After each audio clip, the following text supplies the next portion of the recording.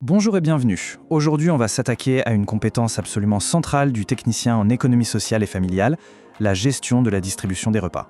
Et on va voir que c'est un sujet qui va bien au-delà de la simple logistique. Quand on y pense, on pourrait se dire que il s'agit juste de nourriture, d'un plat qu'on sert dans une cantine, une entreprise ou une maison de retraite. Mais en réalité, la mission est tellement plus vaste. Oui, parce que chaque repas qui est pensé, validé et supervisé par un technicien ESF, il a un impact direct sur la santé, sur le bien-être de dizaines, de centaines, voire de milliers de personnes. C'est une vraie mission de santé publique. Alors, la grande question, c'est bien celle-là. Dans cette chaîne immense et complexe, quel est le rôle précis du technicien ESF? Où se situe-t-il? C'est exactement ce qu'on va décortiquer ensemble. Allez, on commence par le premier pilier, la base de la base. Avant même de parler de goût, de plaisir ou de nutrition, il y a la sécurité. C'est le socle, le point de départ non négociable. Sans ça, tout le reste s'écroule. Pas de confiance, pas de restauration collective. Et au cœur de cette quête de sécurité, il y a un outil que tout technicien doit maîtriser sur le bout des doigts, la méthode HACCP. Attention, ce n'est pas juste une liste de règles à appliquer bêtement, non, c'est un système intelligent, une démarche préventive. L'idée, c'est d'anticiper les problèmes avant même qu'ils n'arrivent. Concrètement, cette méthode, elle se déroule en 7 étapes très logiques. D'abord, on analyse tous les dangers possibles.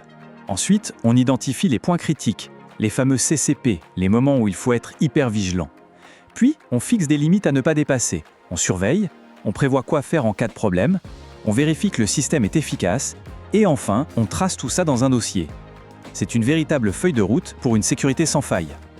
Et cet outil HACCP, il ne vit pas tout seul. Il s'intègre dans un document beaucoup plus large, qui est d'ailleurs obligatoire, le plan de maîtrise sanitaire, ou PMS. Pensez au PMS comme à la bible de l'hygiène de l'établissement. Il regroupe tout, les bonnes pratiques de base, et bien sûr la méthode HACCP. C'est la preuve écrite que la sécurité est une affaire sérieuse et maîtrisée.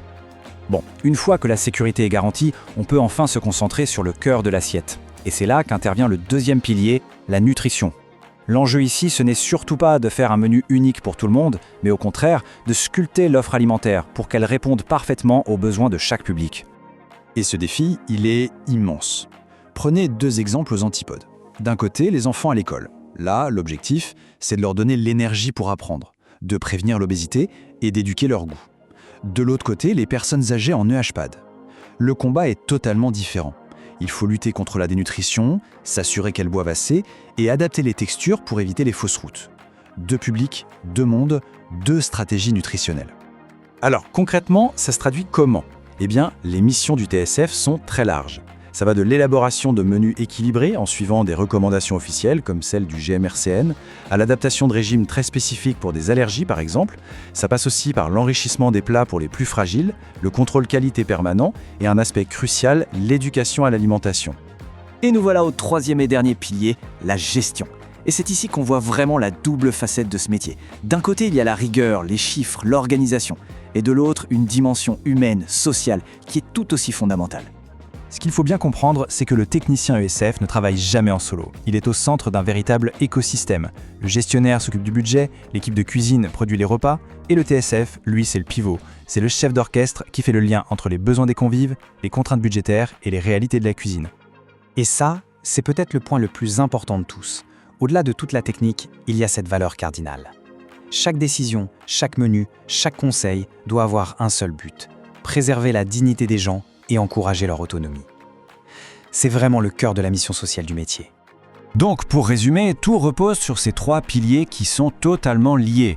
La sécurité, la nutrition et la gestion.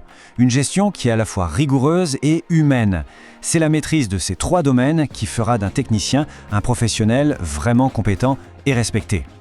On le voit bien, la restauration collective, c'est bien plus que servir des repas.